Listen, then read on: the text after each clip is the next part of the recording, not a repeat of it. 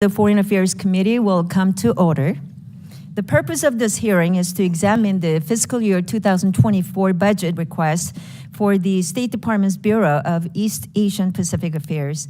Let me now recognize myself for an opening statement. The hearing is important for the United States Congress to shape the United States approach, resourcing, and goals in East Asia and the Pacific Islands. The Biden administration has correctly identified the People's Republic of China as the only competitor with both the intent to reshape the international order and the economic, diplomatic, military, and technological power to do it. The October 2022 National Security Strategy further says that Beijing has ambitions to create an enhanced sphere of influence in the Indo-Pacific. Yet, despite this recognition, we're still woefully underperforming in the Indo-Pacific, and we are not competing with the PRC from a position of strength. East Asia and the Pacific Islands are on the front lines of our competition with China, and yet EAP remains a small fraction of the State Department's overall budget and programming. And instead of pursuing competitive actions against the PRC, we are chasing Chinese Communist Party officials for fruitless engagements. The PRC presents a significant threat to the well-being and prosperity of key U.S. allies and partners in the Indo-Pacific. None understand this reality better than Taiwan. While Congress has signed off on multiple arms sales to support Taiwan and enhance its defense, there still remains approximately $19 billion backlog in weapons deliveries.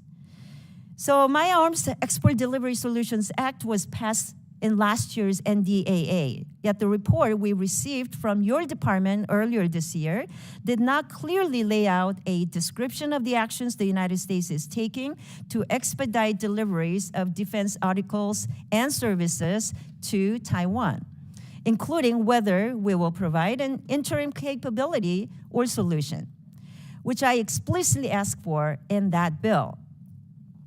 We must ensure we're doing all that we can now to bolster Taiwan's defense against an increasingly aggressive PRC. It is clear our allies in the Indo-Pacific share our concern about the PRC's growing aggression towards Taiwan. When I traveled with Chairman McCall to Northeast East Asia earlier this year, we heard the same thing from all of our allies, that Ukraine today could be Taiwan tomorrow, and that U.S. leadership is key to bringing democratic countries together in the fight against authoritarianism. Our allies and partners are also worried about the growing use of economic coercion. Last month, I held a roundtable with the ambassadors from South Korea and Japan where we discussed how we could work together to combat economic coercion.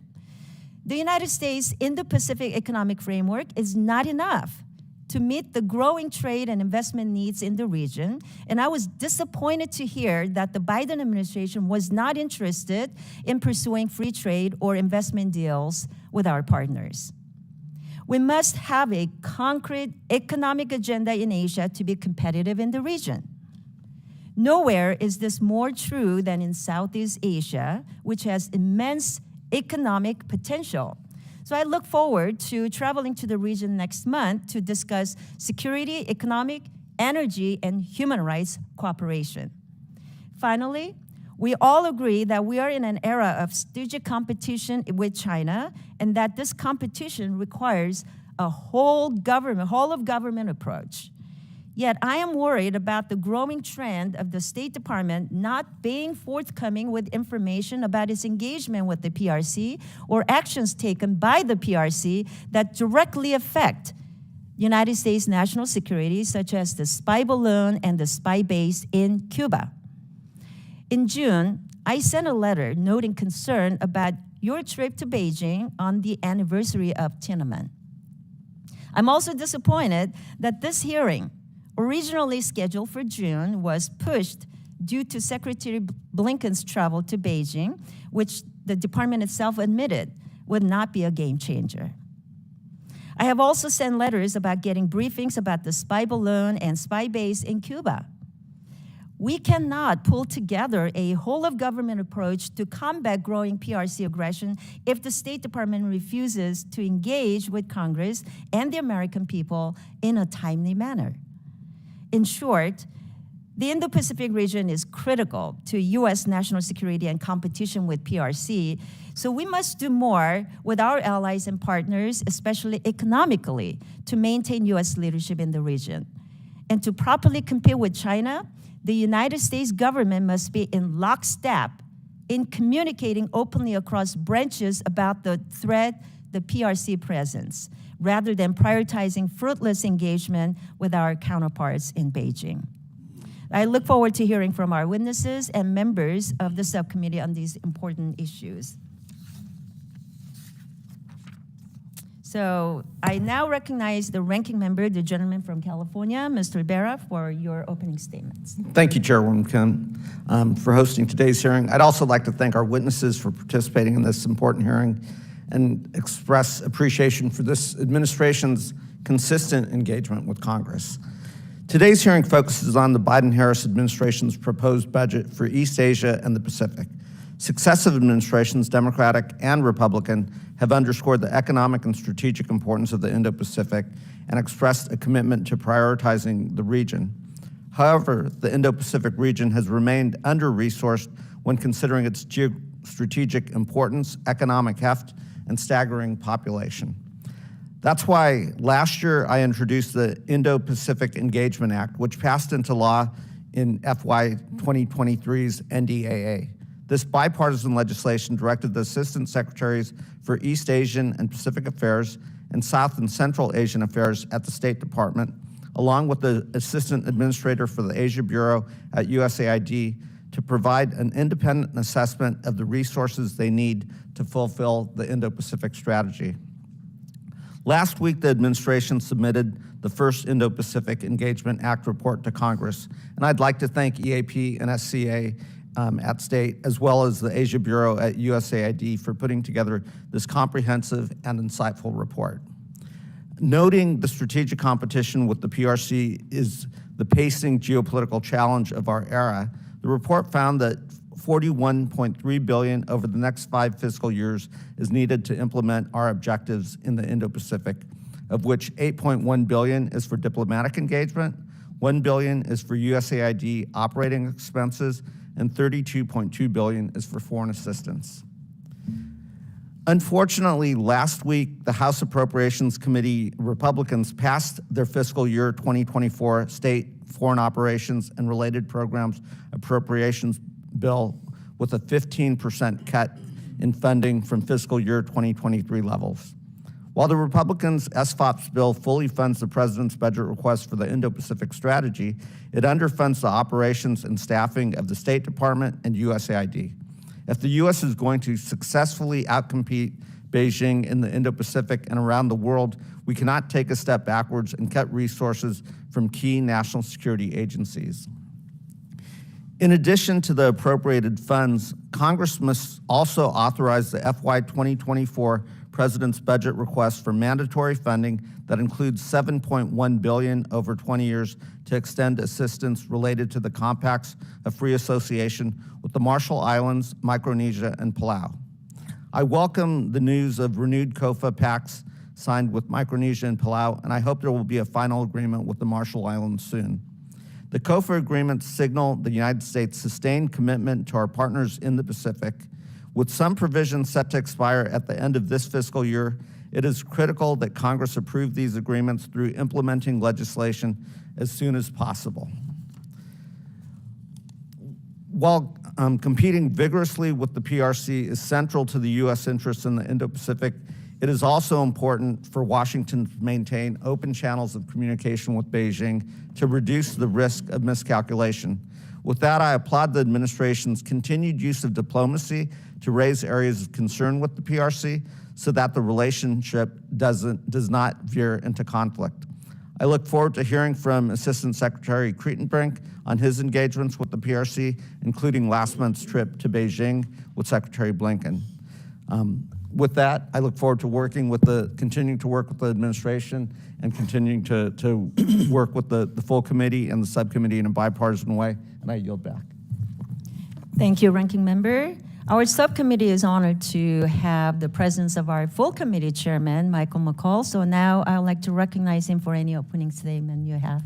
No, thank you, Madam Chair, and for holding this important hearing. Secretary, welcome to the Foreign Affairs Committee. And I think every member of this Congress and the administration should be deeply concerned about the growing aggression of the Chinese Communist Party. As I've said before, their tentacles reach every corner of the globe. And we're facing a generational threat, a great powers competition. And we must address this issue with the seriousness it deserves. And I agree with Secretary Blinken that China is the only country with both the intent and power to reshape the global balance of power. And while diplomacy and negotiation should always be a priority, effective diplomacy should shape the adversary rather than the other way around. Recently, I think our recent diplomacy towards the CCP has demonstrated weakness, and weakness only invites aggression and emboldens dictators such as Chairman Xi. So let me provide some context as to what I'm talking about. In mid-January, several media outlets reported that Secretary Blinken planned to visit Beijing in early February, aiming to set a floor for the relationship. On January 28th, the administration identifies a CCP spy balloon over the United States, surveilling some of our most sensitive military sites.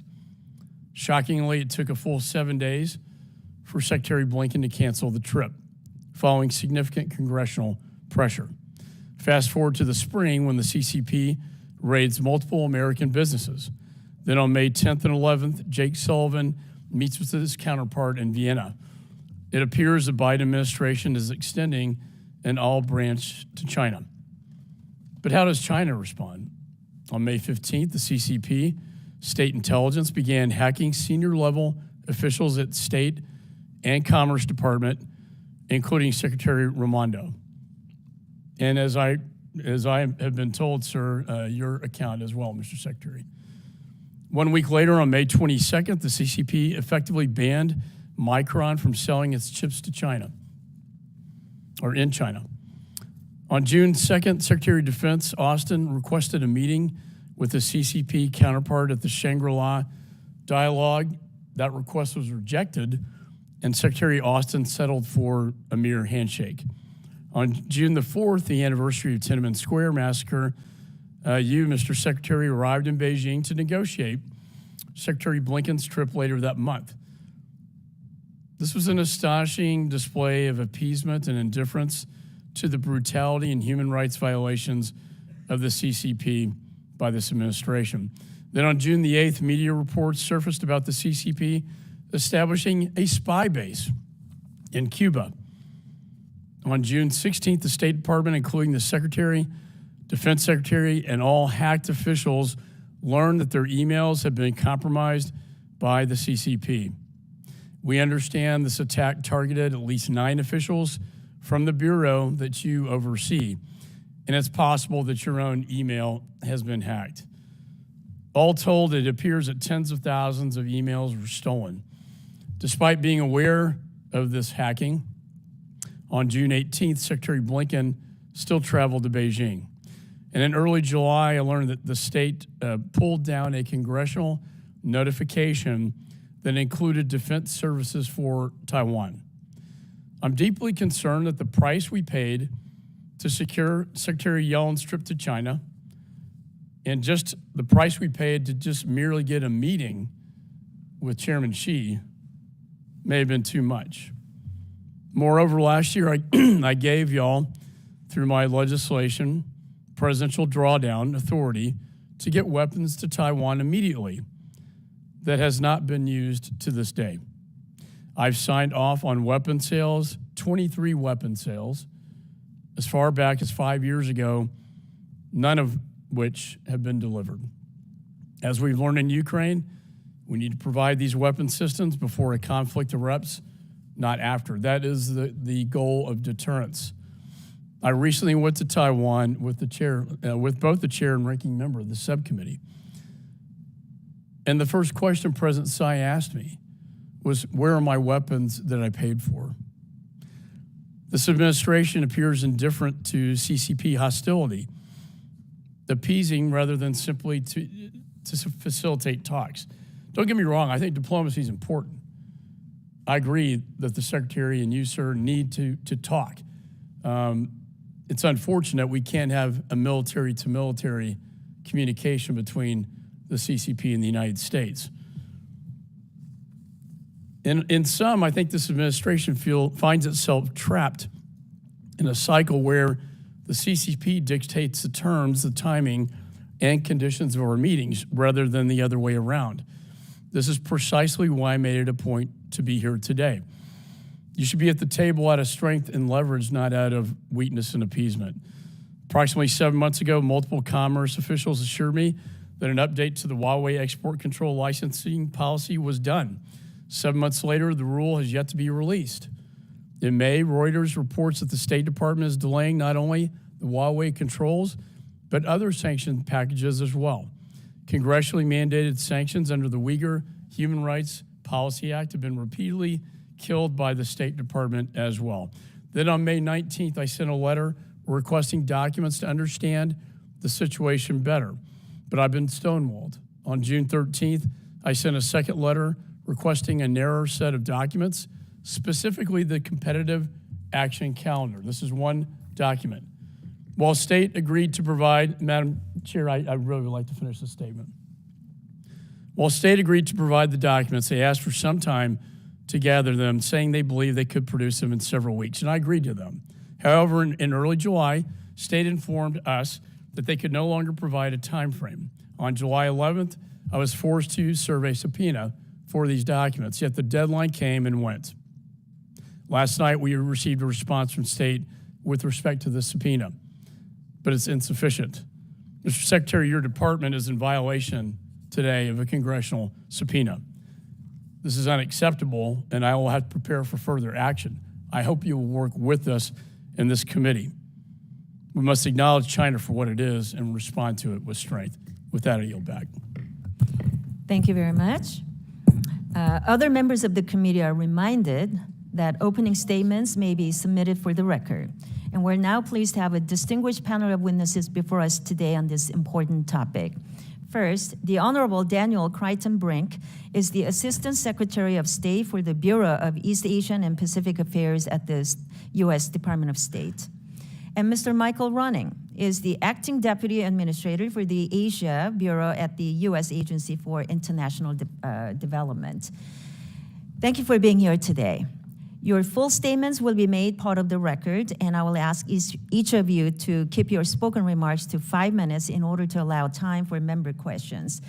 Let me now recognize Assistant Secretary Crichton Brink for his opening statement. Thank you, Madam Chairwoman. Chairwoman Kim, Ranking Member Berra, Chairman McCall, members of the committee and subcommittee, thank you very much for the opportunity to appear before you today to testify regarding the President's FY24 budget request for East Asia and the Pacific. As President Biden stated in our national security strategy, U.S. leadership in the Indo-Pacific, which of course includes the EAP region, is critical because the Indo-Pacific fuels much of the world's economic growth and will be the epicenter of 21st century geopolitics. As an Indo-Pacific nation, we are committed to building the collective capacity of our allies, partners, and friends to sustain a region that is free and open, connected, prosperous, secure, and resilient.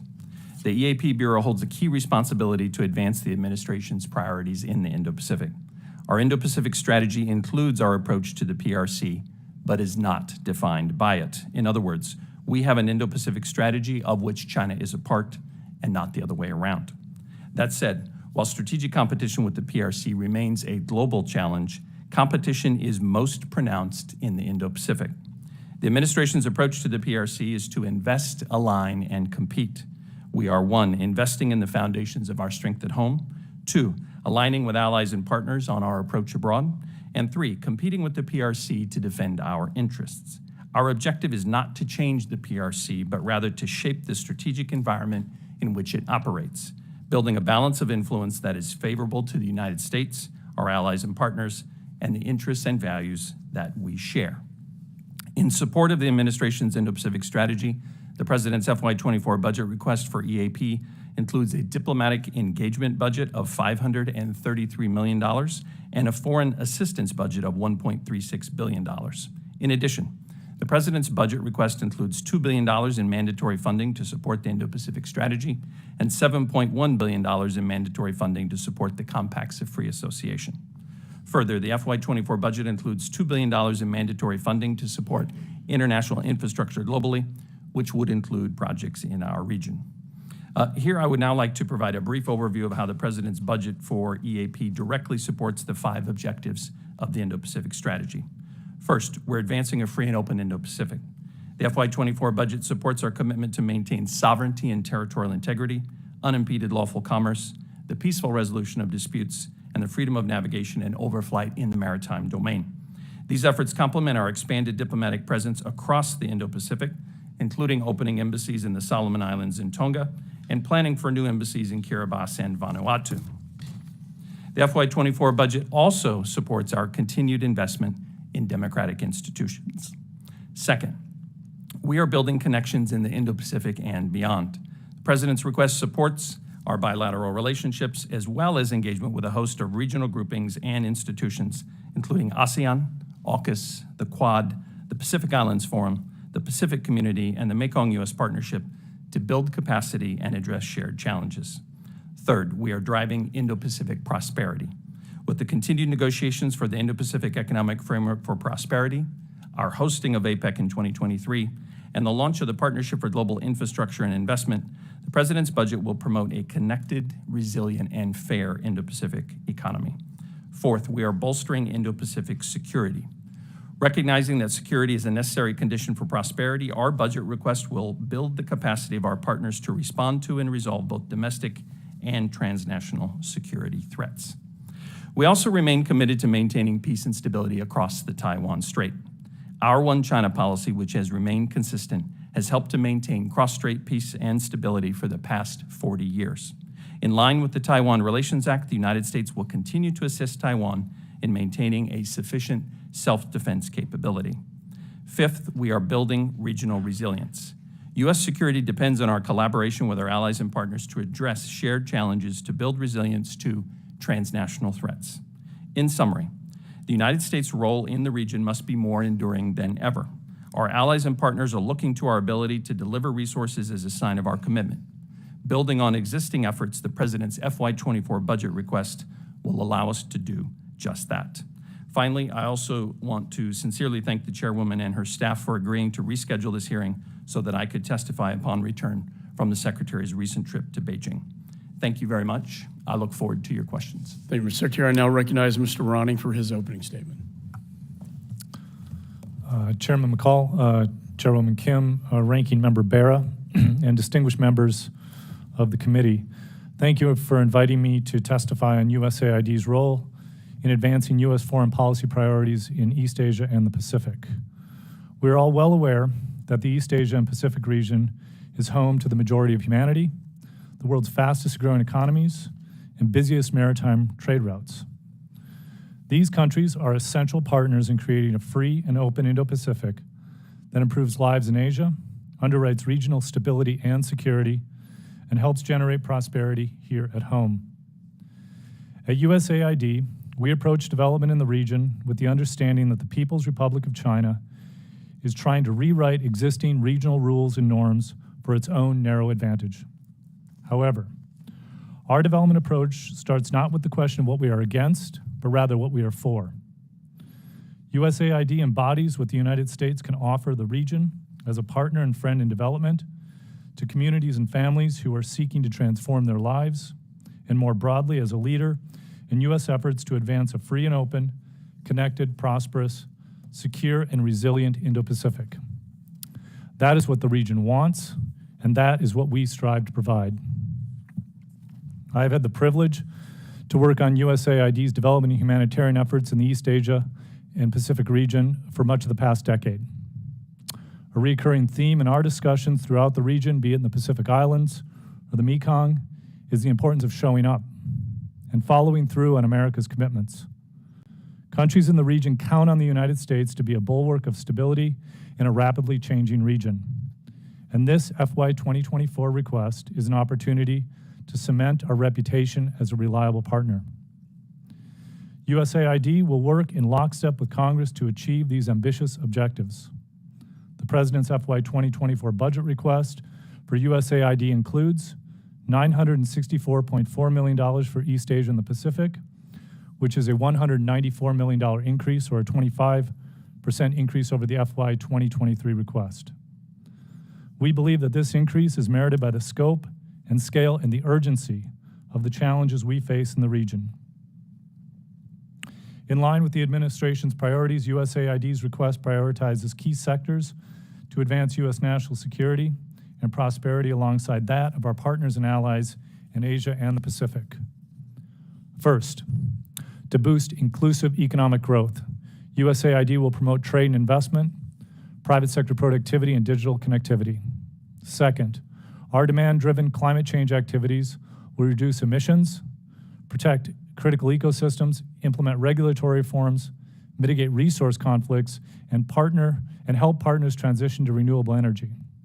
Third, we will work to reverse democratic backsliding and strengthen democratic institutions and norms.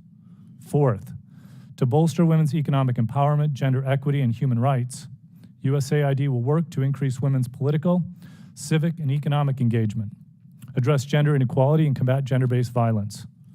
Finally, to strengthen health systems to detect and respond to emerging threats, USAID will continue to bolster the resilience of partner countries and their economies to prevent, detect, and respond to pandemic threats, increase their ability to withstand future shocks. With your continued support, this budget request will allow USAID to deliver on our commitments across East Asia and the Pacific. As Administrator Power has noted, it is in America's best interest to feed the world, to help protect fellow democracies, to advocate for the dignity of all people, not only to reflect an America that is generous, compassionate, and moral, but also to protect the safety and the prosperity of the American people. With your continued support and on behalf of the American people, USAID will continue our central role in realizing this vision, while increasing partner countries' resilience and advancing sustainable prosperity and security for communities across the Indo-Pacific. I look forward to your counsel and your questions. Thank you. Thank you, Mr. Ronning. I now recognize myself for questions. You know, as I stated in my opening statement, we traveled to Asia and we were in Taiwan and were greeted by 10 battleships, 70 fighter jets, and live fire action drills. It was a display of bravado, but it's also a demonstration of how hostile and aggressive the Chinese Communist Party is becoming. And then I was notified that I was sanctioned on the day I left. As I mentioned in my opening statement, we had several requests regarding the competitive actions calendar. We were very patient with several letters. I finally served a subpoena. The due date was yesterday, and we still haven't received anything. We were told by staff that this is a simple document that could be pulled and produced in a very short period of time. Mr. Secretary, can you tell this committee when you'll be able to comply with the subpoena?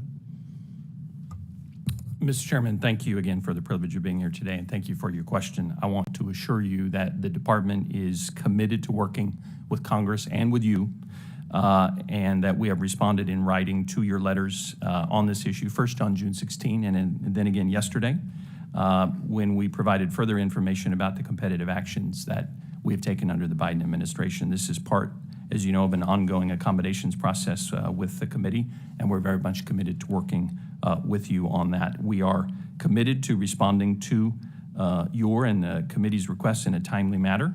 We're balancing a growing number of congressional inquiries and evolving priorities. Again, this is part of an ongoing accommodations process with the committee, and we're committed to engaging with you, sir. Well, I appreciate that. I'm trying to be patient with it. It's disturbing when I find out about this when I read the newspaper and Reuters is reporting this, and someone on your staff has leaked this information, and yet this committee, Congress, doesn't have it. And quite honestly, that's not the way we should be doing business. And so I'm going to ask you three questions about some of the issues that have been raised by the press. One is that the State Department is now no longer enforcing sanctions, human rights sanctions, including those against the Uyghur Muslims under the Uyghur Muslim Policy Rights Act. Do you have any information on that? Yes, sir. First of all, Mr. Chairman, it's absolutely not true that we are pulling our punches in any way. And in fact, the United States government and the State Department have taken an unprecedented number of steps against the Chinese in a broad range of areas. That has continued from the beginning of this administration. It has continued up until today. Specifically, we are committed to holding China and Chinese officials to account for the ongoing egregious abuses against Uyghurs in Xinjiang. So my time's expired, but I take it your answer is you have not delayed or you are still enforcing the sanctions. We are absolutely enforcing, and in fact, And that's your testimony. We've carried out, we've sanctioned 4 PRC officials under Treasury GLOMEG sanctions, 31 entities under the Uyghur Forced Labor Prevention Act, another 26 entities under the Commerce Bureau of Industry and Security list, and 8 PRC firms tied to the. Okay, great. And if you Industrial just produce this competitive actions calendar, it would solve this whole problem. I wouldn't even have to ask you these questions. Secondly, export controls on Huawei. Have those been delayed or pulled down? Again, sir, we don't pull our punches, and as you know, this administration has already taken steps against Huawei. They did. I thought Estevez did a pretty good job earlier on, and now we haven't seen anything in the time frame that this sort of charm offensive has taken place with respect to Beijing. Well, I would say, Mr. Chairman, some people have described what the Chinese are doing as a charm offensive. That is that is absolutely not what I would describe what we are doing. We have Your answer is that you have not delayed or pulled down exports to licenses from the United States to Huawei.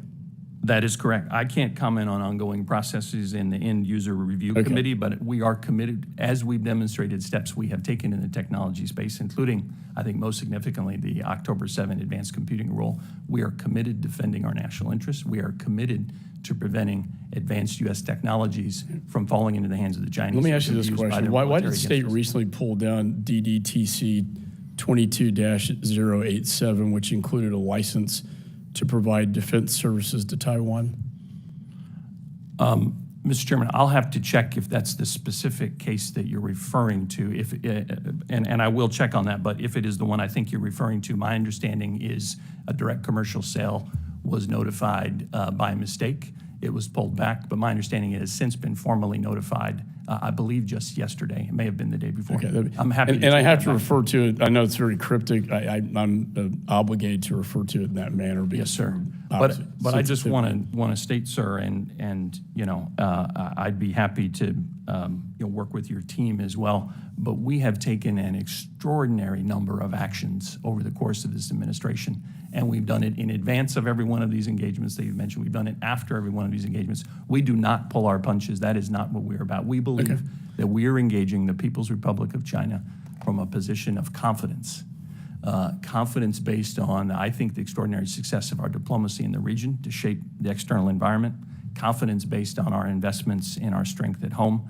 And I think with that in mind, we approach the Chinese in a very realistic, clear-eyed way, and I think from a position of strength. And look, I appreciate both of y'all's service. I mean, it's this is the top threat, I think, to our national security. Last question, why is state not using the presidential drawdown authority that Congress gave you to get weapons to Taiwan now? Yes, sir. We are absolutely committed to using all tools at our disposal to make sure that we meet our obligations under the Taiwan. But why aren't you using that drawdown authority that Congress gave you? Here's what I would say, Mr. Chairman. Secretary Austin spoke to this in May. I don't have anything further to add to his commentary. I don't have anything to announce today, but I will reiterate, we are committed to using all means at our disposal. We're grateful to you, Congress, and this committee for those tools, and we will use them. Well, if we need to get in a classified setting for you to answer that question, Congress passed, it was my bill. We passed it. It's law. And I was told the president would use that drawdown authority to get $500 million of weapons into Taiwan, and now we're not seeing that exercised, that authority exercised. So if I'm not correct, I need the information. And if you prefer that in another setting, that is fine with this committee. Sir, I'd be But delighted I need a better answer than we're doing everything possible. Yes, sir. Because I'm just not seeing it happening. Yes, sir. Mr. Chairman, respectfully, I do just want to underscore, we are committed to using all tools at our disposal. Well, then use them. You've seen that, and We you'll gave see you the that. tools. And again, we've taken an extraordinary number of steps. The reason why I say But use the tools and authorities Congress gave you because Taiwan doesn't have any weapons. Period. My time's expired. Thank you, sir. Chair now recognizes the ranking member. Thank you, Mr. Chairman. I appreciate working with you, Mr. Chairman, and with the chairwoman of the subcommittee and all of Congress in a bipartisan way, because I think we recognize the competition that we're in with the PRC and the importance of maintaining, as I think we all say, a free and open Indo-Pacific, a rules-based order, the ability for all the people in the region to thrive, prosper, and experience the freedoms that we've all been able to experience. I also appreciate the hard work that this administration's done. I look back at the last 2.5 years, elevating the Quad Coalition to the leaders level and really giving it significant importance. Working together with our allies in Japan and Korea to really get the trilateral relationship to a place that I would not have expected it to be just 2 or 3 years ago. So, and I applaud the Moon and Kishida administrations as well for the hard work in moving that alliance to a place where it continues to move forward. I applaud the engagement of both state and USAID in the Pacific Islands, super important allies, very, very close to us, and again, applaud getting the COFA agreement to where it is. We've got a little bit of work, and Congress has to do its work as well, passing the implementing language and getting that to the president's desk. So again, none of these are easy. We are in a competition, and I guess I should also add that no one wants a direct confrontation with China. That's not our intent. I don't think that's the intent of the countries in the region. And while it is very difficult to practice diplomacy with the PRC, I do think it's incredibly important to maintain and look for lines of communication where they're possible and take advantage of those, even if they're not always productive and fruitful. I think it's important for us to maintain that engagement and dialogue where we can, because the challenges that not just the region but the planet face are paramount. We saw those with the pandemic, but we also see those every day right now, both in our country but also across the world with climate change. And it will take cooperation, participation, and working together to address these challenges, particularly with the two biggest powers in the world, the United States and the PRC.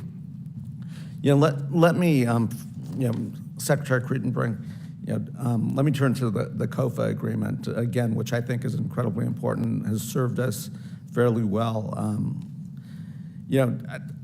I will meet with representatives of the Republic of Marshall Islands later on, and I think it's important for us to get their acceptance of it. But can you give me an update on the current state of negotiations with the Republic of Marshall Islands?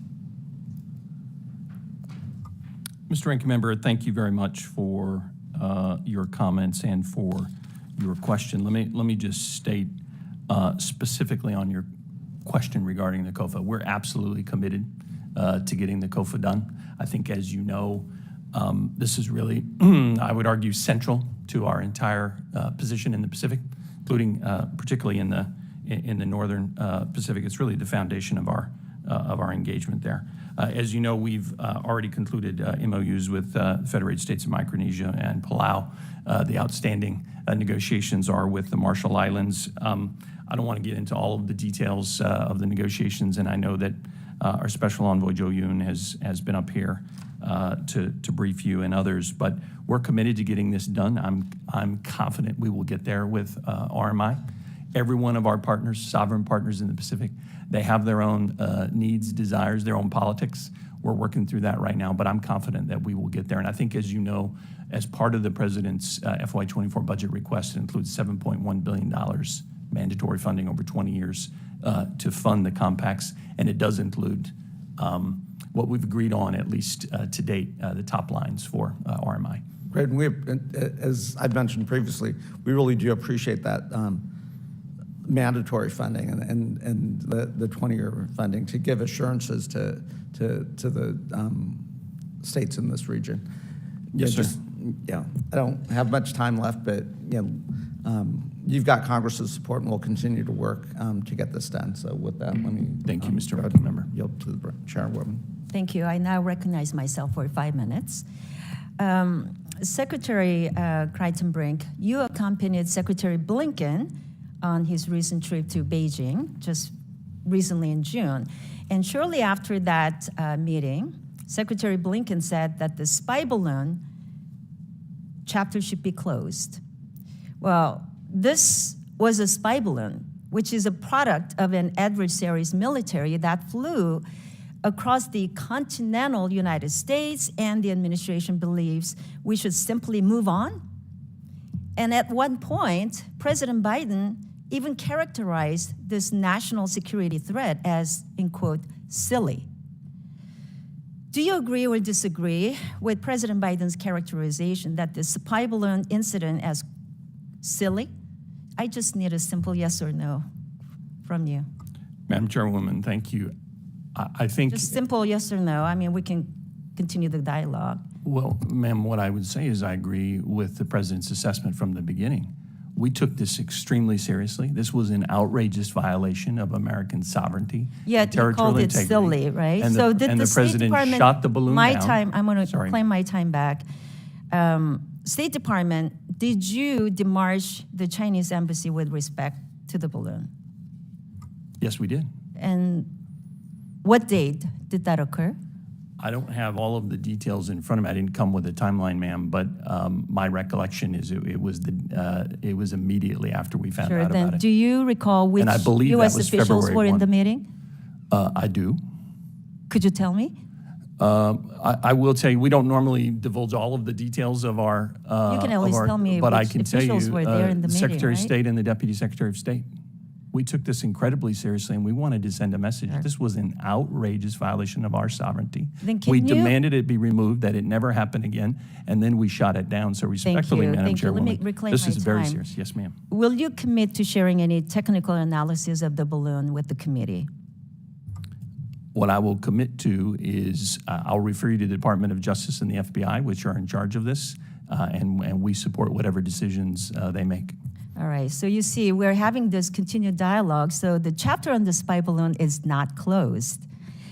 The American people still have so many unanswered questions about this flagrant violation of the American airspace, and given that it flew across the entirety of the continental United States, we're questioning this administration's ability to respond to provocation from the PRC in the future. So since the spy balloon incident in February, the PRC has raided American companies. Namely, it banned Micron from its market, and it threatened restrictions on critical minerals, and cyber hacked our top officials, as was mentioned in Chairman McCall's statements. So since February, can you name one substantial action the PRC has taken to improve relations with the United States other than taking our meetings on their terms? Well, Madam Chairwoman, a couple of things. First of all, I would completely disagree with the characterization that we took meetings on their terms. In fact, just the opposite is true. The meetings happened on our terms and our timeline that we insisted on and that we stuck to.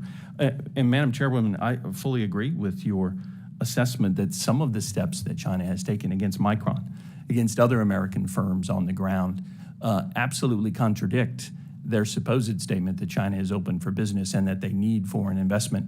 Whereas when they take these steps, that obviously contradict that statement and that undermine the business environment. That is not in their interest, and it certainly increases tension in the relationship. And these are issues that Secretary Blinken raised directly when he was in China. And also their steps to both threaten and actually restrict critical Thank you. minerals. Let me reclaim my time back. I just If want I could just to. finish on the last one, Madam Chairwoman. I don't completely agree with your assessment that the meetings were taken on your terms or on our terms, because it's my understanding that we insisted our travel to Beijing despite, even canceling your appearance before my subcommittee hearing. So anyway, in your meetings with PRC officials, was the PRC's actions against Micron subject, and if so, what message was communicated by your delegation, and were there any countermeasures threatened? Madam Chairwoman, we've absolutely raised the Micron case and the other cases that I referred to, the unacceptable steps that China has taken against our firms. While in Beijing, Secretary Blinken also underscored how unacceptable it is that China is taking these steps against our firms. And again, it undermines, absolutely contradicts their claim that they are open for business. And we'll continue to fight and advocate for our businesses. The Secretary also met with the American business community there, and what he heard from them was that, one, yes, this trading relationship and the presence of our businesses in China remain very important, but number two, they have a range of concerns, including these actions, and we're committed to defending them and advocating for them. My time is up, but I look forward to continuing this dialogue, especially as we have an upcoming meeting coming up. Yes, Thank ma'am, you. I look forward to that. Thank you. All right. Let me now recognize Representative Andy Kim for 5 minutes. Thank you. Really appreciate the two of you coming out here to chat with us here about some of these important issues. Secretary Crittenbrink, I wanted to just start with you. I guess I wanted to just ask you, how critical is it to the ability of us to be successful in the Indo-Pacific for us to be able to build strong coalitions throughout the Indo-Pacific as well as globally focused on the issues that we face there? How important is that coalition building? Congressman, vitally important. It's central to everything that we do. It animates really everything that we do. Whether you come at it from the perspective of building the kind of region that we want to see, a free and open and prosperous region that we want to see, or if you come at it from the perspective of our China strategy, it's that aligned pillar that is most important. Whatever perspective you come at it, from which you come at this challenge, our building coalitions with our like-minded allies, partners, and friends, building their collective capacity to counter common threats and to seize shared advantages, that's central to everything that we do, sir. And I appreciate you framed that within your testimony as well, talking through those 5 different pillars, of which one of them was certainly about building those connections throughout the Indo-Pacific and beyond. I wanted to ask you, we were talking about the recent diplomatic engagements between the United States and China. I guess I wanted to ask you, what have been the reactions of different countries and partners in the region to our diplomatic efforts? Has that been well received? Do they appreciate that, or do they have concerns? I'd be interested in hearing a little bit more color on that. Thank you, Congressman. I'd say 2 things. First of all, I think the unprecedented steps that we've taken to strengthen our allied and partner relationships across the entire region, as the ranking member mentioned a moment ago, with our 5 treaty allies, with AUKUS, with ASEAN, with the Quad, and others. This has been greatly appreciated by the region, and they have told us repeatedly how important it is for our shared security and prosperity. I've never seen a stronger demand signal from the region for American engagement, Congressman. And I would also say our partners are also very gratified for our approach to the People's Republic of China. They know that we've been clear-eyed and resolved, and as you know, many of the steps we've taken together with our partners have been explicitly designed to counter the threats and challenges posed by the PRC. But at the same time, I would argue that our allies and partners absolutely agree it is in no one's interest to have an unintended conflict, to have a miscalculation that could veer into conflict. And so, therefore, I think our partners, to a person in our conversations, have said they are reassured by our resolute approach to the PRC, and simultaneously they're reassured that at the same time we're committed to keeping channels of communication open so that we don't have a miscalculation. Yeah. The last time I was out in the region, I heard something similar. I guess I wanted to just kind of flesh this out a little bit more.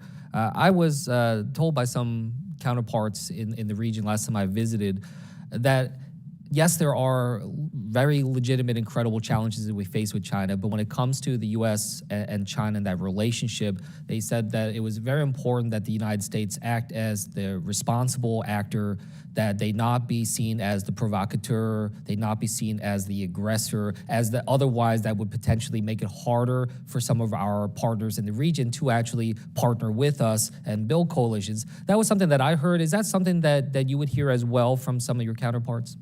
I hear it on a daily basis. We make sure that our allies and partners know that they are intrinsically valuable to us, that they are the central animating feature of our foreign policy, not just in the China context, but within the China context. You're absolutely right. If we're going to build a coalition of like-minded nations committed to protecting and preserving the rules-based international order and countering all challenges to it, they have to be confident that, in fact, we are responsible, that we're clear-eyed and level-headed. One sentence that you said in your testimony that was just very illustrative of this, and I want to just raise it. You said, our Indo-Pacific strategy includes our approach to the PRC, but is not defined by it. And then this next sentence, in other words, we have an Indo-Pacific strategy of which China is a part, not the other way around. And I just want to highlight that. I think it's very well structured to be able to look at that bigger picture. And I applaud you for thinking about that, because it allows us not to be reactionary, just simply reaction, which I find oftentimes we feel like we are on these issues. The last thing I just want to point out is that some of my colleagues here have been pushing back and calling for major cuts to state foreign ops. I worry about that in terms of our ability to implement this strategy that you're talking to us about. How would those types of cuts impact the ability to deliver the kind of success that we need in the Indo-Pacific? Well, Congressman, I would say two things. First of all, I agree that it's our approach to allies and partners is where we spend the bulk of our time. Again, it's important to the region. It's important to our China strategy. We're, of course, grateful to Congress for the support that we receive. But some of the discussions that I've heard about massive cuts to the State Department budget would be devastating to what we're trying to achieve, would be devastating to our ability to compete and outcompete with the People's Republic of China, which is both a regional and a global challenge. Thank you, sir. Thank you. Let me now recognize Representative Davison for 5 minutes.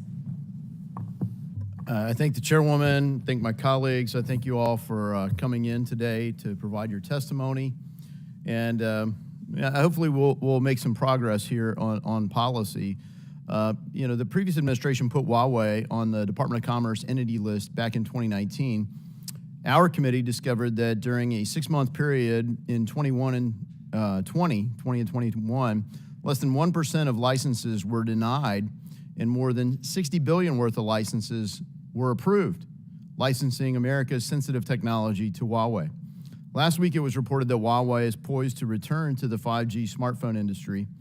And it's also been reported that Huawei has had an active involvement in the Chinese spy base in Cuba. The State Department is an active and voting member of the dual-use export controls process that Commerce oversees. Mr. Kittenbrook, sorry for mispronouncing your name. It's my life's burden, Congress. It's Kittenbrink, actually. Kittenbrink. Thank you. Sorry about that. I get some mispronunciations of Warren from time to time as well. My apologies. Do you believe Huawei should be given licenses on any U.S. origin technology? Where's that line? Well, Congressman, thanks for raising this very important question. I want to maybe just reiterate a couple of points that I made to Chairman McCall earlier. We're absolutely committed to taking the steps we need to protect American national security, particularly in these high technology areas. Somewhat difficult for me to speak to the details of the licensing decisions on Huawei, given that that's a Commerce Department decision. You're a voting member. Do you have a position? Is 1% the right amount to restrict? 60 billion is good. And the position that we take is we should do whatever we need to do to defend American national security, and we're committed. Are you doing it? We've done that, and yes, we are. Doing well. 60 billion is the right number. Things are going great. I would say we've taken an unprecedented number of actions against China, including in the technology. Huawei's growth is going fine. It supports what State Department's trying to achieve there? No, I wouldn't say that, sir. Well, I'll reiterate. We're committed to doing whatever it takes to defend American national security. I suggest you might not be doing it. So I just want to highlight that. So even when the United States has gotten commitments from the People's Republic of China, the level of adherence to their commitments isn't great. So I'd like to just get your views briefly, sir, on whether China is keeping its commitment. Is China adhering to its commitments under the World Trade Organization? That's a very broad question, Congressman. The answer is no. I It's pretty couldn't easy. say, I absolutely couldn't say. It takes that a they long aren't. time to list all of them that they're not keeping, but the answer is no. Did China adhere to its commitments under the World Health Organization during COVID on reporting and transparency? No, we have deep concerns about the God lack of bless you. transparency. A simple no answer. Thank you. Did China adhere to its commitment to not militarize the South China Seas? Sir, obviously, the militarization and land reclamation, much of which is illegal, is a deep concern to the United States. So no. Did China adhere to its commitment not to engage in cyber theft of intellectual property? Obviously, sir, we have a range of concerns on the cyber front as well. Yeah, nope, they're not doing that either. Can you name one commitment that China is complying with? Look, Congressman, I didn't come here today to defend the People's Republic of China. I'll let counterparts in Beijing do that. What I did was come to defend what this administration has done. We have a clear-eyed, tough, realistic approach to the PRC, and particularly in this realm, we've been talking about competitive actions. And Well, the like. I It's think pretty that, extraordinary, I think. I think you need to get your focus a little bit because they're not coming closer to complying. They're coming further away from complying. Could I just add, and maybe Congressman? part of the approach is NATO. Now, here's my problem. NATO's a defensive alliance that's supposed to protect European countries from invasion. Originally, it was structured, obviously, to stop the Soviet Union, and in the aftermath of the Soviet Union, it's grown quite a lot, but it's a defensive alliance. The charter's defensive, yet there's power projection efforts underway from NATO in the Pacific. What's the objective there? Congressman, look, what we are focused on, and what I tried to indicate in my testimony, we're focused on the region. We're trying to shape a region that's What's based on a what's the rules-based role order. for NATO in the Pacific? What I would say is if you read the NATO summit documents, our partners in NATO recognize what we recognize, that the Indo-Pacific is central to our future security and prosperity, and that many of China's actions challenge the rules-based I would order. ask that you give me a written response because I think it deserves more than that. What is the strategy with power projection of NATO in the Pacific? And I yield I'm back. happy to. The gentleman's time's up. I now recognize Representative Mills for 5 minutes. Thank you so much, Madam Chair. Assistant Secretary, you're very good at eating up time and playing politics, so I'd really love if you could just try and give me direct answers. It's been a lot of skirting around. I've heard you talk about America not pulling punches multiple times. That's because we're not throwing any. I want to talk about something that Chairman McCall brought up, which is failure of compliance. You keep talking about how the State Department's been very compliant, but we've had to sign multiple subpoenas in an effort to try and get things, to include the 23 members who signed the dissent cables that you're very aware of. So it's disingenuous to even make such a comment, and I just want to go ahead and point that out for the record. I want to ask about competitor versus adversary. Can you describe what the difference between competition and adversary is?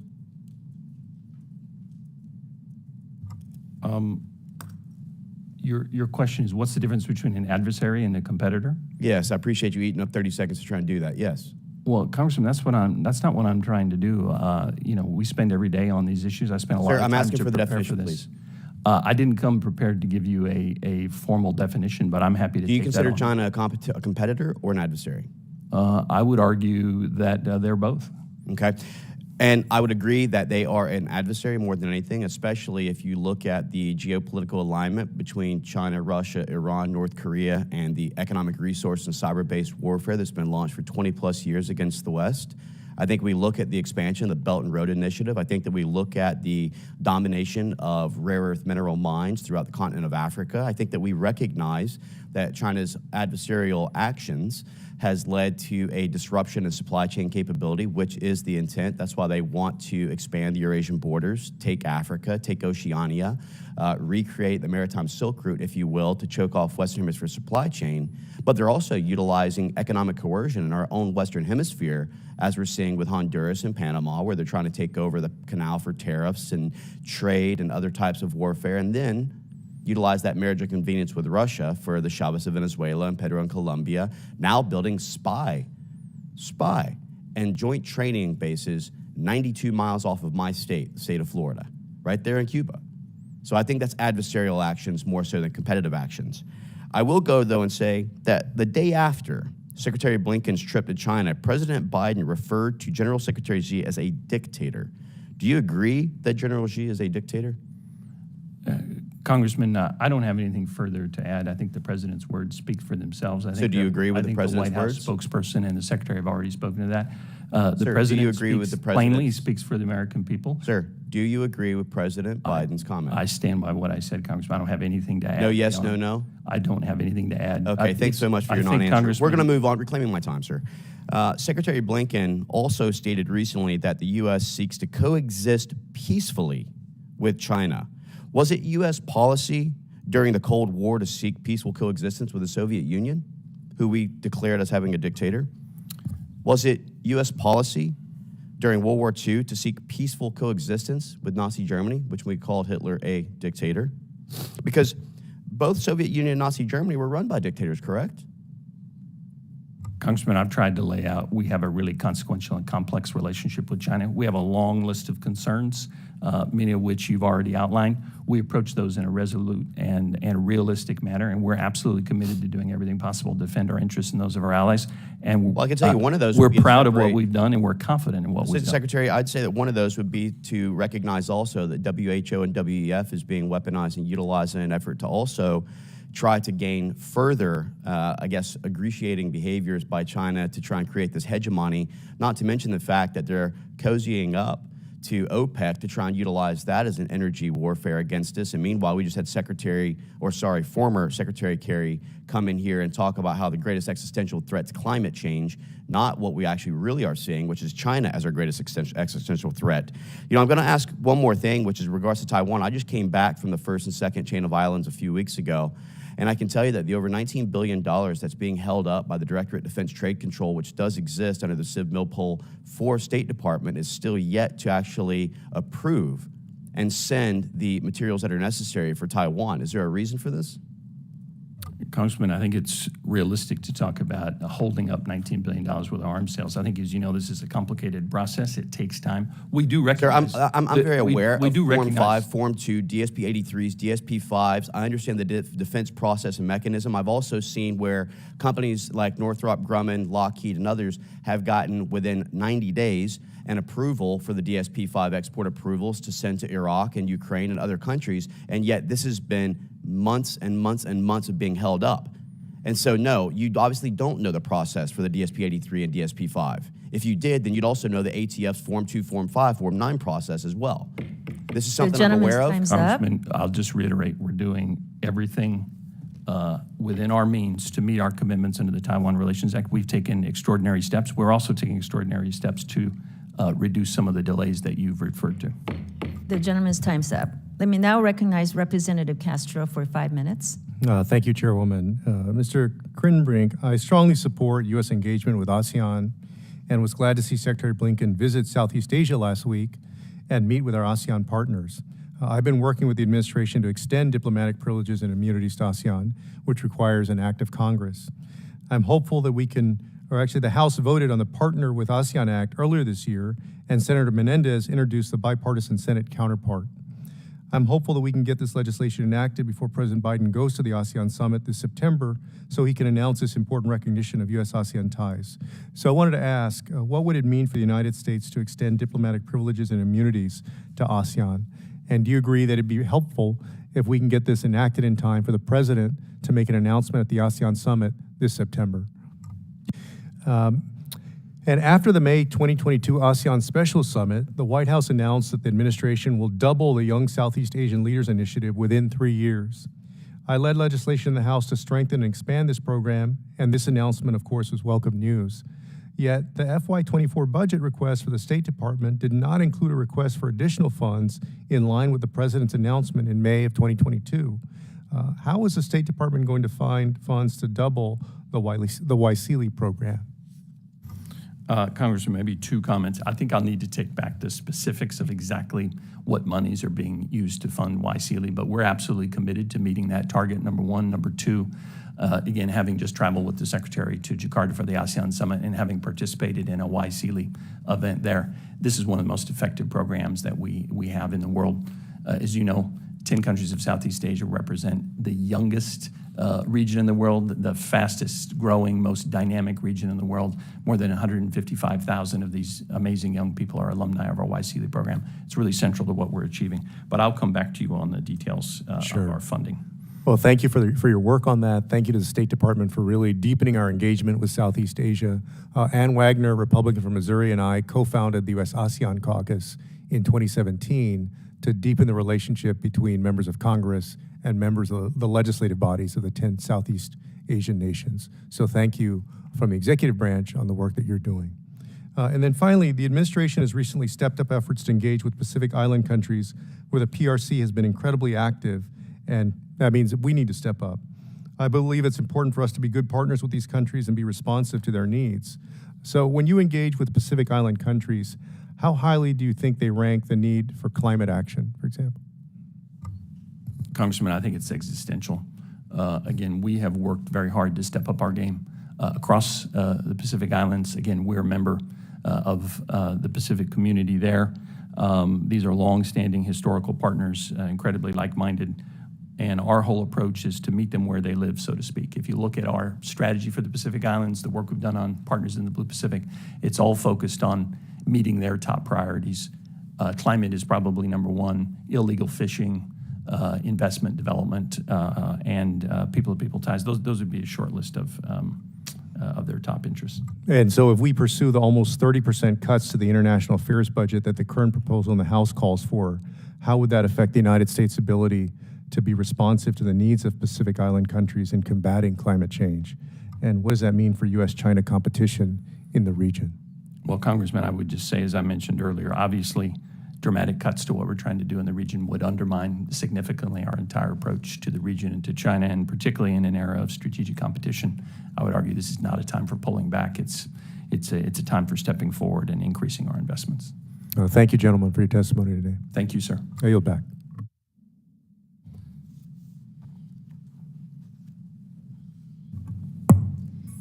Thank you. I now recognize Representative Barr for 5 minutes. Thank you, Madam Chair. And Assistant Secretary Crittenbrink, I am perplexed by the Biden administration's obsession with high-level dialogue with the CCP when Beijing is clearly ramping up its hostility despite these talks. Did any Chinese official ever condition or imply that rescheduling the Secretary's trip to Beijing was conditioned on the FBI not releasing its findings of the spy balloon report? Yes or no? Representative Barr, we never accepted any conditions on the Secretary traveling to Beijing, and we made clear that only after the Secretary visited would there be other senior level. Does the Secretary understand, and do you understand, that the American people were very dismayed when the Secretary said that this chapter is simply closed?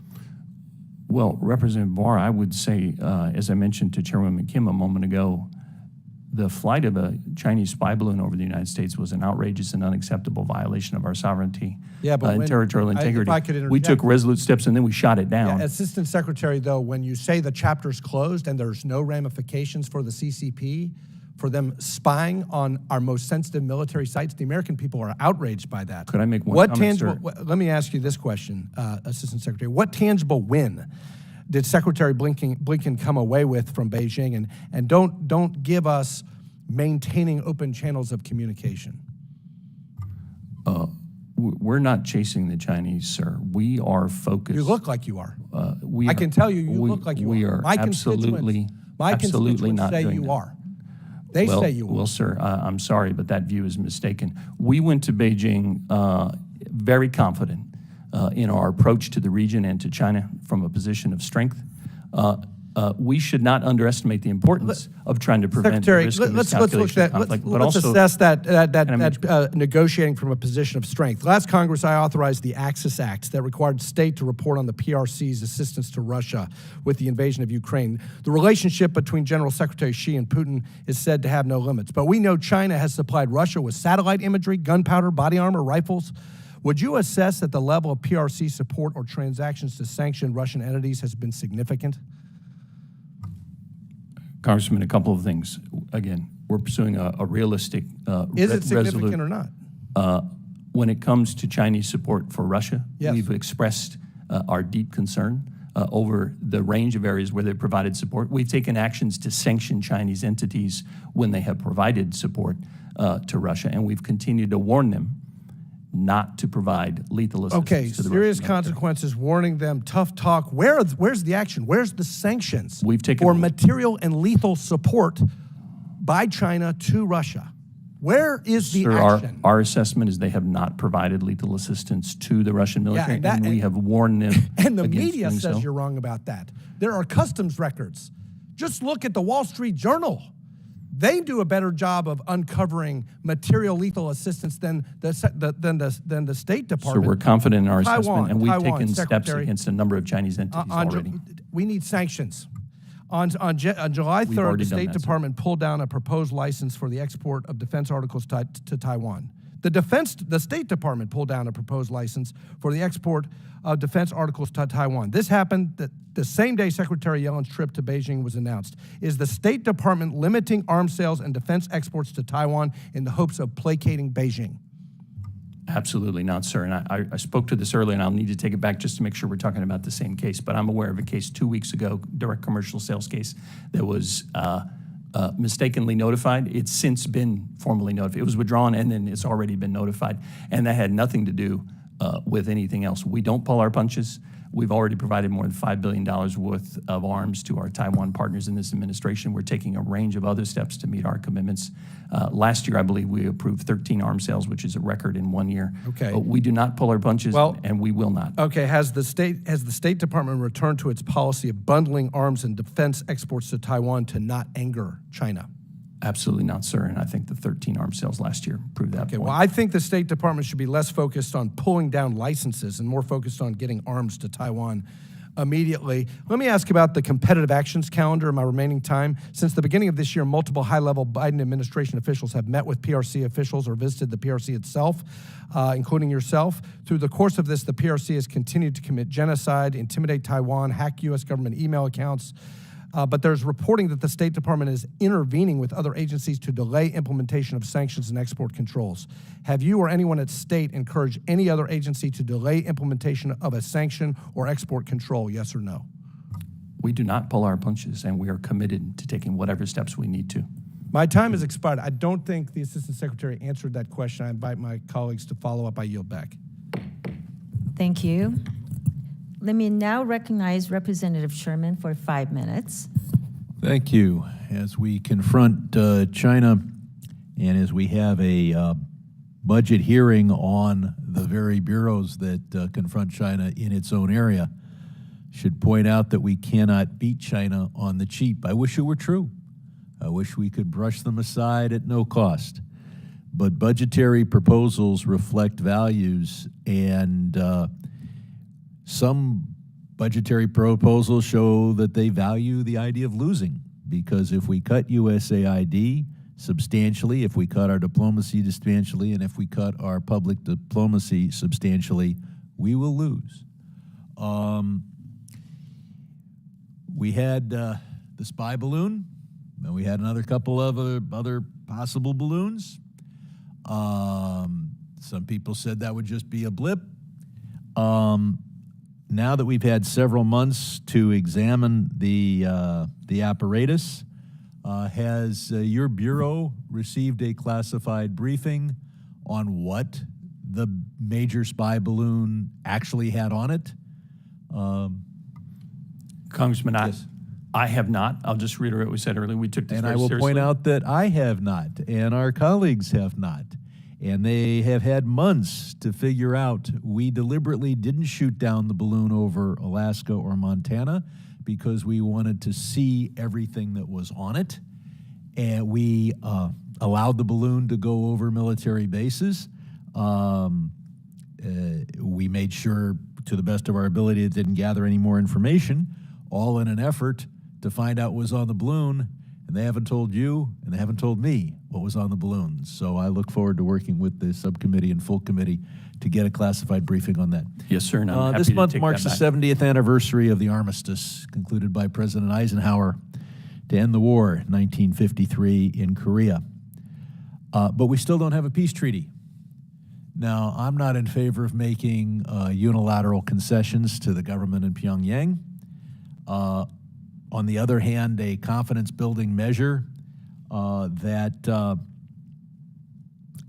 doesn't do anything more for them than it does for us would seem to be a step toward dealing with the more difficult issues. Does the administration want to see a peace treaty ending the War of 1953? Congressman, thank you for your question. I think, candidly speaking, rather than focusing on a peace treaty, I think we would rather focus on the immediate We've problem. got a lot of people working there. You can focus on a lot of things. Obviously, sir, we've stated what our long-term aspirations might be, but the immediate threat is the growing threat from North Korea's missile and nuclear programs, and their unprecedented number of launches, and we're focused on two things. We continue to So send... you don't think that taking some steps on some other issues would build a framework or be a step forward on dealing with the more significant issues? Candidly speaking, right now, I do not, sir. I think our focus right now is twofold, is demonstrating the strength of our deterrent capabilities, the strength of our security treaty commitments to our Korean and Japanese allies, and our resolve to make sure we strictly I would implement. just point out, your bureau is relatively well-funded. You can walk, chew gum, and shop on Amazon all at the same time. Yes, sir. Here's what have the 70th anniversary of a war come up without concluding a formal peace treaty is just one of the many irritants. Finally, and also focusing on the budget, are you aware that we're all concerned about immigration, but I'm particularly concerned about when the nuclear family is separated. It's one thing to say you can't bring your adult brother in, you can't bring your cousin in, but when when spouses are separated, when minor children are separated for one or their other parent, if any other country did that deliberately and for months and years, we would, DRL would write them up in the Human Rights Report. Do we sometimes have circumstances where the spouse of an American citizen is not given a chance to come to the United States for a period of over a year or even over 5 years? Congressman, I'm not, so this is an immigration policy question. I'm not. No, this is a State Department staffing question. You've got your visa officers funded by the budget you're here to testify. I understand. Do we have enough people? And I realize it's much more fun to talk about the great issues of work, but Yes. you're the visa office. No, I understand. Do you have enough people to get it done within a reasonable amount of time? I think the responsible thing for me to do is take that back to my colleague, Rena Bitter, the Assistant Secretary for Consular Affairs, and come I back would to hope you your with a budget reasoned answer. requests in the future would adequately staff things so that spouses can be unified in months and even weeks rather than years or decades. I yield Understood, back. sir. Thank you. Thank you. Let me now recognize Representative Moran for 5 minutes. Thank you, Madam Chair. Secretary Crittenbrink, the last time you were before this committee, you refused to answer Representative Huizinga's question regarding whether you or Deputy Secretary Wendy Sherman ever delayed Uyghur Human Rights Policy Act sanctions. Months following that hearing, Reuters reported that the State Department was in fact delaying human rights sanctions. So I want to revisit that line of questions. Have Uyghur Human Rights Policy Act sanctions ever been on the competitive action calendar? Congressman, I'll reiterate what I've said earlier. We've already taken a range of actions to hold Chinese officials to account on Xinjiang. But I'm not asking about a range of actions. and I'm we'll asking continue to do so. specifically about Uyghur Human Rights Policy Act sanctions. Have they ever been on the competitive action calendar? As a matter of policy, we don't talk about issues before they're decided. So issues that are pre-decisional and deliberative are usually not matters that we would engage in. Well, how long does the competitive action calendar process take typically? Sir, I think, I mentioned earlier in response to the chairman's comment that this matter is now, in the investigatory and oversight process. No. I'm not asking a substantive No. question. I'm asking a process question. Because you said you don't want to talk about it while it's ongoing. So I want to know, how long does that competitive action calendar process normally take? We have an informal, deliberative, and pre-decisional compilation of actions under consideration. but we don't preview sanctions or share pre-decisional policy discussions. So, Well, I'm glad you read that answer, but I ask you a process question. no, that's the answer. But It's a process question. How long does that calendar process take? So that I know when I can come back and ask you about the substance of that issue. No, sir.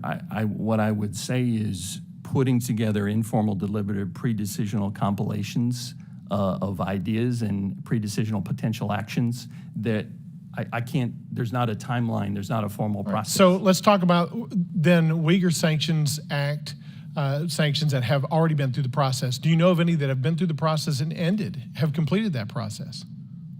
So it's not pre-decisional, it's post-decisional. Well, no, sir. What I would say here is when we take steps such as I mentioned a moment ago, the dozens of actions, the dozens of individuals and firms, I think it's more than 51 Chinese entities, almost 60, and at least 4 PRC. I heard you say that earlier. I'm talking about the my Uyghur Human Rights once- Policy Act sanctions. Have any of them completed the process, and have any sanctions been issued? That's a post-decisional question, not a pre-decisional question. I want to make sure I understand. When we impose sanctions on a Chinese official, my understanding is those sanctions remain in place until in perpetuity or until we would decide to withdraw. True, but the decision's been made. Has a decision been made to sanction anybody under the Uyghur Human Rights Policy Act? I don't believe that we have taken steps specifically under that act, sir. Has anyone in the we've administration ever delayed any sanctions brought or sanctions issue brought before the under the competitive action calendar through the Uyghur Human Rights Policy Act? Have they delayed any of that before? I think I would say 2 things. Again, any matter that's pre-decisional, I can't really comment on. What I would underscore, and I did mention this last time I had the honor of being before the committee, we're committed to continuing to carry out our responsibilities under U.S. law. We will continue to hold Chinese officials who are carrying out these egregious policies to account. We will use all tools at our disposal, and we've used a range of GLOMAG and other. All right, so stepping outside of any specific action, has anyone told you from the White House to you that you should not move forward with any sanctions under the Uyghur Human Rights Policy Act? Sir, I'll just reiterate, we don't comment on pre-decisional matters, but we are committed to using all tools at our disposal, and we do intend to use all tools, including the act. In my remaining time, let me switch gears. Recently, Secretary Blinken went to the People's Republic of China. When he came back, he said, quote, he did not support Taiwan independence. In fact, that seems to diverge from the Taiwanese Relations Act, which takes no explicit position on the future of Taiwan other than, quote, the expectation that the future of Taiwan will be determined by peaceful means. It sounds like to me that Secretary Blinken is changing U.S. policy as it relates to the determination of Taiwan's future. Do you know why he would make such a statement? Congressman, respectfully, that's absolutely incorrect. It's long been a matter of U.S. policy for decades that we do not support Taiwan independence. And again, it has been for decades. Our one China policy has not changed. It's based on the Taiwan Relations Act, the 3 joint communiques, and the 6 assurances to Taiwan. Again, we have stated for decades that we do not support Taiwan independence. We also state that we absolutely oppose any attempts to change the cross-strait status quo by either side. We are committed to maintaining peace and security and to deterring precipitous action by the PRC.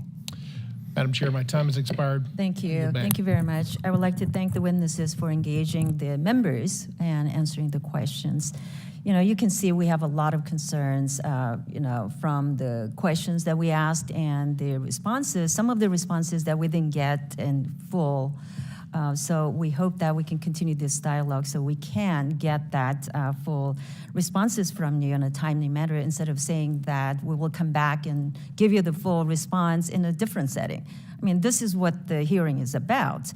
We all know and recognize that CCP is also an existential threat to the United States, to our partners, and the international rules-based system. And we've heard over and over the Biden administration and President himself and the State Department officials, such as yourself, have verbally recognized that sentiment, but we just don't feel that your actions and the objectives do not, they just don't meet the challenge at hand.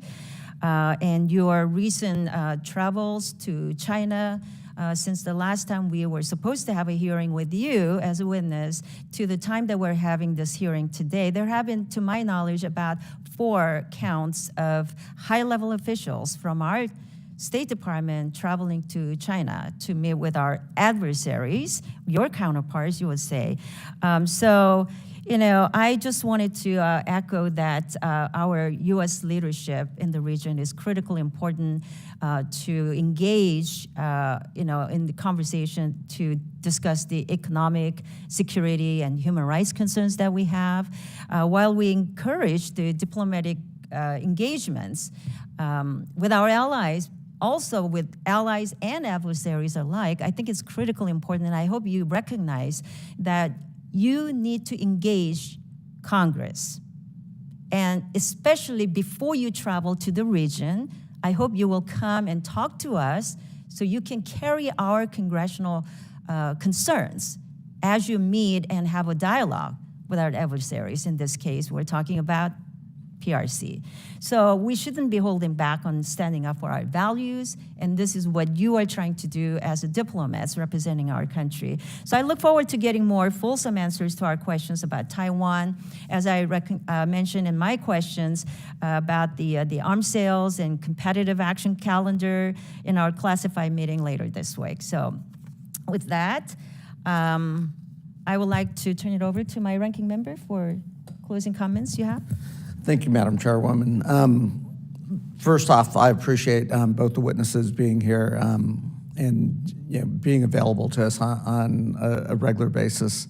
Mr. Running, you probably have to buy Mr. Crittenbrink lunch today, so since he took the bulk of the questions. So, we are in a strategic competition. We are, the 75 years post-World War II that I think we can be proud of what we did as a country, creating relative peace, stability, prosperity, throughout the world, rebuilding Europe, creating prosperity in Asia, in lifting hundreds of thousands, millions out of poverty, is something we can be proud of. But the world is different today, and I think we recognize what that world looks like. And I do, again, as I said in some of my statements, I applaud the work that the administration's doing and that we're trying to do in a bipartisan way here in Congress, supporting that. It is creating new alliances. It's creating value-based alliances that value democracy, free markets, freedom of navigation, and a rules-based order. It's looking at modernizing mechanisms of conflict and dispute resolution. It is rebuilding our presence around the world and staying engaged in the world, but in different ways with our allies. And again, it's not a given what the next decade or 2 decades look like, but I do think the foundational work with, in this region has been seminal. And again, I hope to, continue to try to do this in a bipartisan way, and it does require engagement. It does require aid and development. It does require presence there with our partners and allies. So, I am an optimist. It is not going to be easy work. It is going to require engagement both with our allies and adversaries. But I think the proof is in when I hear the rhetoric coming out of Beijing, I do think they're very worried about the success that we're having in creating these partnerships and the economic engagement, the strength of our own economy, which is now the strongest in the world, the fact that inflation's coming down, the fact that I look at the economic indicators in China, and I think there are a lot of red lights going off, and I applaud Secretary Yellen for going there. We don't want China to go into the tank because that pulls all of us down and probably would pull the world into a global recession. So again, I think we are operating from a place of strength. I applaud where we are right now, and it is going to take all of us working together, not as Democrats or Republicans, but as Americans and as folks that want to see a prosperous and fair and open 21st century. So again, Madam Chairwoman, thank you for holding this hearing. Thank you to the witnesses for being here, and again, I look forward to working together. Thank you, and I echo the ranking member's remarks for thanking you for being here. I don't know about buying each other lunch. But the members also asked some quite good questions, but probably they would appreciate the full response in writing if you may be able to have the time to do so.